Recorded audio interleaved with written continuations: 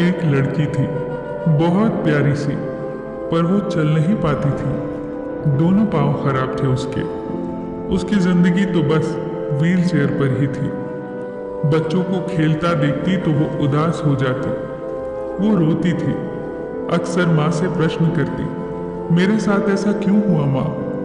माँ उसे समझाया करती, पर अपनी बच्ची को यूं दुखी देखकर वो भी दुखी हो जाती। उस बच्ची को अपने कमरे की खिड़की पर बैठना बहुत पसंद था।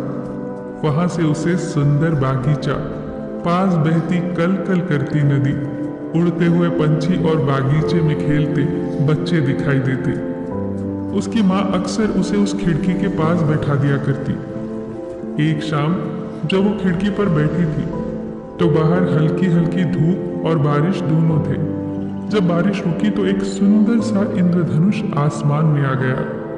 उस लड़की ने अपने जीवन में पहली बार इंद्रधनुष देखा था। 7 रंगों से बना वो इंद्रधनुष लड़की के मन को मोह रहा था। वो लड़की इंद्रधनुष निहार रही थी कि बादलों ने सूरज की रोशनी को ढक लिया। लड़की ने जोर से माँ को आवाज लगाई। माँ भागती हुई आई। लड़की के चेहरे पर बड़ी सी मुस्कान थी।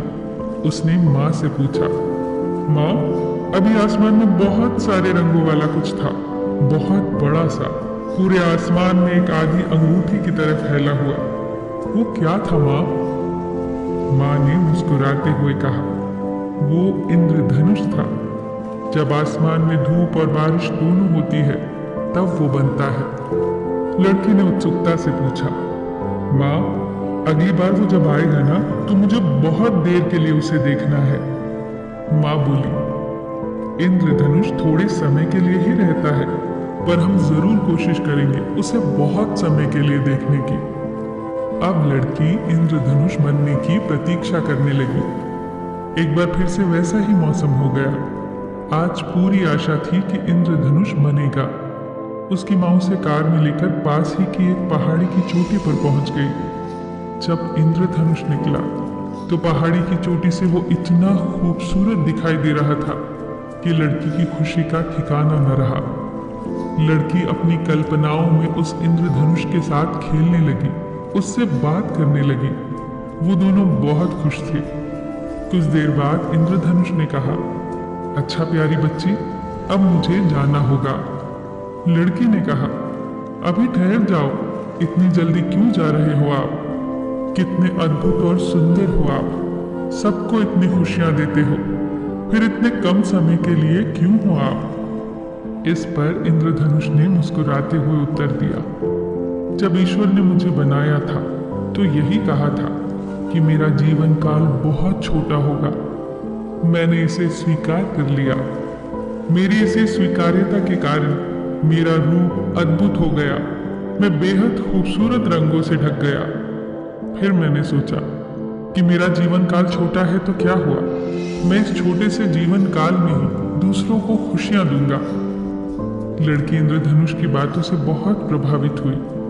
उसकी बातें लड़की को बार बार याद आती रही।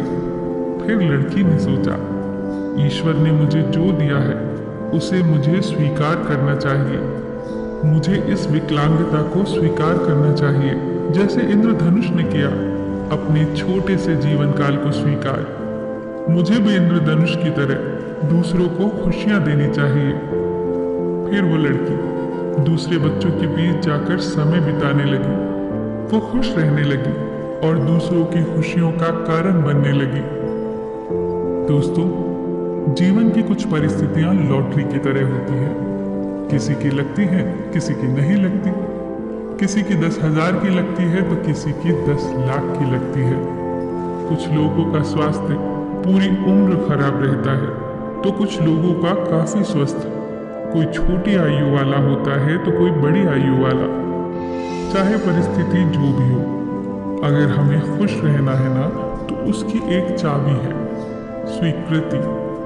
जिन विपरीत परिस्थितियों को हम बदल सकते हैं उन्हें बदल डालिए, पर जिन परिस्थितियों को बदला नहीं जा सकता उन्हें स्वीकार कर लीजिए। क्योंकि या तो आप रोकर जिंदगी गुजार सकते हो या हंसकर। तो बेहतर यही होगा कि खुद भी खुश रहो और दूसरों में भी खुशियां बांटो, उस इंद्रधनुष की तरह फिर मिलेंगे दोस्तों अगली वीडियो के साथ। तब तक के लिए अपना ख्याल रखना और हमेशा मुस्कुराते रहना।